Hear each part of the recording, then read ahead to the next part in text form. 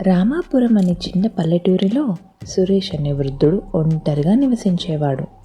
అతని భార్య చనిపోయి చాలా ఏళ్ళైంది. పిల్లలు పట్టణాల్లో స్థిరపడ్డారు. అతని ఏకాంతాన్ని పంచుకోవడానికి ధైర్యం అనే ఒక వీధి కుక్క తోడయింది. ధైర్యం అంటే కేవలం పేరు కాదు, నిజంగానే ఆ కుక్క చాలా ధైర్యంగా ఉండేది. సురేష్ ధైర్యానికి రోజు అన్నం పెట్టేవాడు.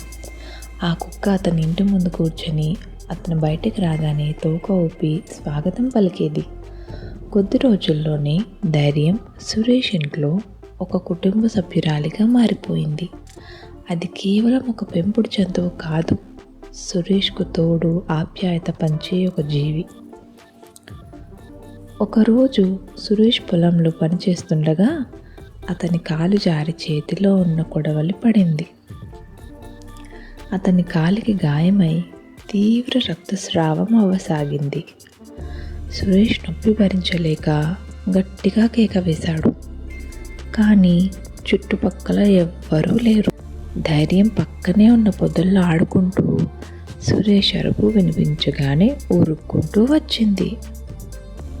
పరిస్థితిని అర్థం చేసుకున్న ధైర్యం వెంటనే తన విశ్వాసం చూపించింది.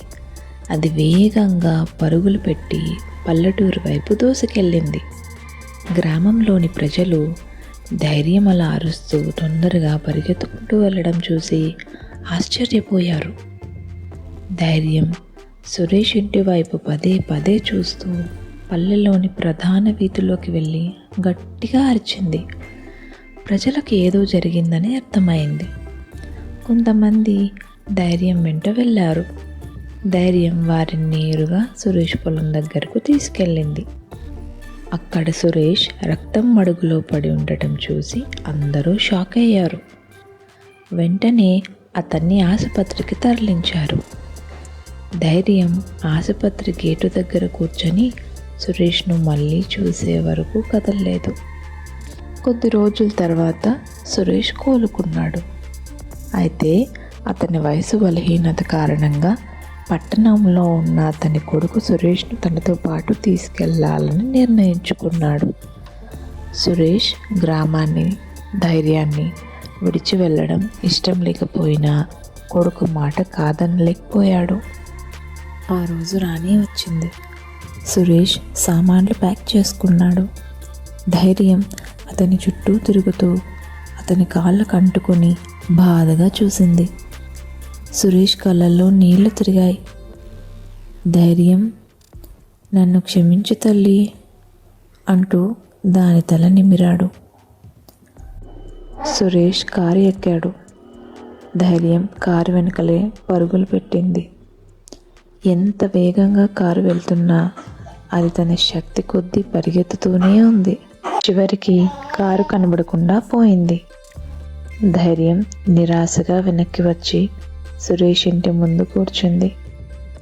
అది తినడం మానేసింది, నిద్రపోవడం మానేసింది.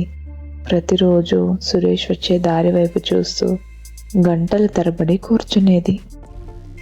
గ్రామ ప్రజలు ధైర్యం పరిస్థితి చూసి చాలా బాధపడ్డారు. వారు దానికి అన్నం పెట్టడానికి ప్రయత్నించారు. కానీ అది ముట్టలేదు. కొన్ని రోజులకు ధైర్యం శరీరం బలహీనపడింది.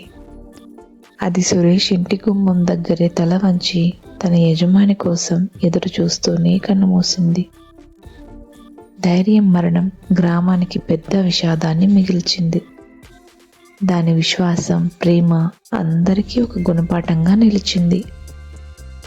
నిజమైన ప్రేమకు, విశ్వాసానికి జాతి, వయస్సు, రూపం అడ్డు కావని ధైర్యం తన జీవితంతో నిరూపించింది. ఈ కథ మీకు నచ్చిందని ఆశిస్తున్నాను.